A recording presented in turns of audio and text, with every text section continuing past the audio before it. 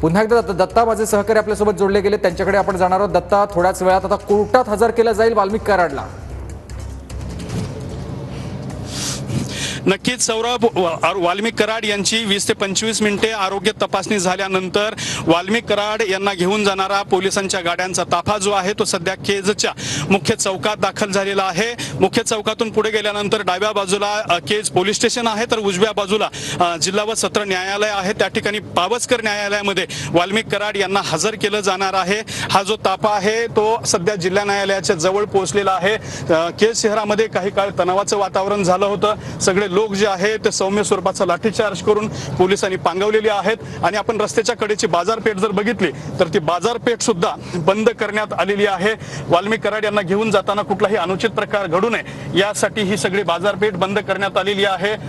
आणि त्याचबरोबर काही इमर्जन्सी दुकाने ती फक्त उघडी आहेत. सगळीकडे पोलीस बंदोबस्त जो आहे तो मोठ्या प्रमाणात असल्याचं सुद्धा आपल्याला पाहायला मिळत आहे.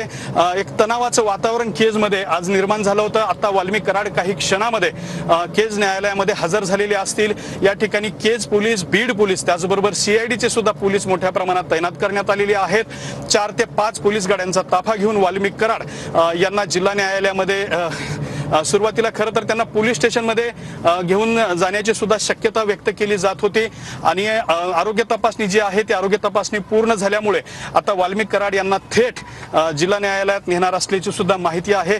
जिल्हा न्यायालय आता अगदी हाकेच्या अंतरावरती आलेलं आहे आणि या ठिकाणी कार्यकर्ते सुद्धा त्यांचे पुन्हा एकदा दत्ता माझे सहकारी आपल्यासोबत जोडले गेले, त्यांच्याकडे आपण जाणार आहोत. दत्ता, थोड्याच वेळात आता कोर्टात हजर केलं जाईल वाल्मिक कराडला. नक्कीच सौरभ, वाल्मिक कराड यांची 20 ते 25 मिनिटे आरोग्य तपासणी झाल्यानंतर वाल्मिक कराड यांना घेऊन जाणारा पोलिसांच्या गाड्यांचा ताफा जो आहे तो सध्या केजच्या मुख्य चौकात दाखल झालेला आहे. मुख्य चौकातून पुढे गेल्यानंतर डाव्या बाजूला केज पोलीस स्टेशन आहे, तर उजव्या बाजूला जिल्हा व सत्र न्यायालय आहे. त्या ठिकाणी पावसकर न्यायालयामध्ये वाल्मिक कराड यांना हजर केलं जाणार आहे. हा जो ताफा आहे तो सध्या जिल्हा न्यायालयाच्या जवळ पोहोचलेला आहे.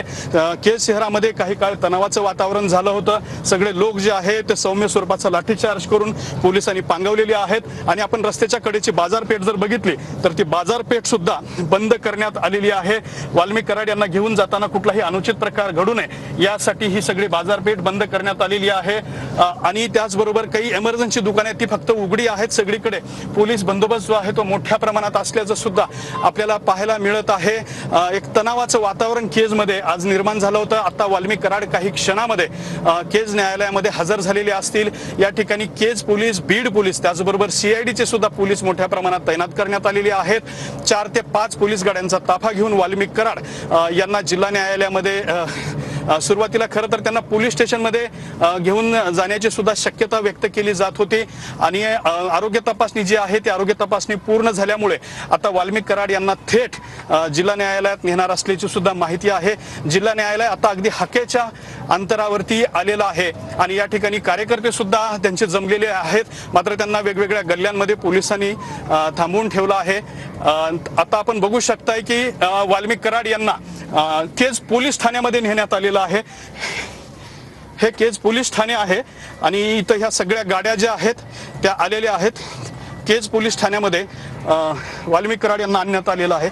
आपण हे दृश्य बघू शकता की वाल्मिक कराड हे समोर आपल्या समोर वाल्मिक कराड आहेत.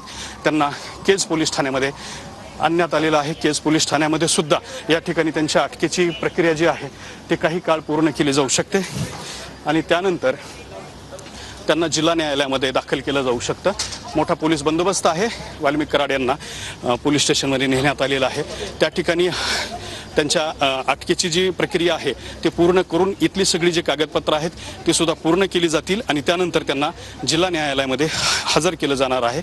आणि ही सगळी जी लगबग जी आहे वाल्मिक कराड यांना जिल्हा न्यायालयामध्ये हजर करण्याची, हा सगळा बंदोबस्त आणि हे सगळं जे वातावरण आहे ते आपल्याला या ठिकाणी पाहायला मिळत आहे.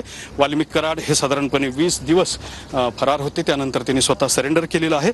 सरेंडर केल्यानंतर आज त्यांना न्यायालय कुठली शिक्षा सुनावतं, किती दिवसाची कोठडी देतं हे सगळं पाहणं महत्त्वाचं ठरणार आहे. मात्र सध्या वाल्मिक कराड यांना केज पोलीस ठाण्यामध्ये आणण्यात आलेलं आहे. नक्कीच.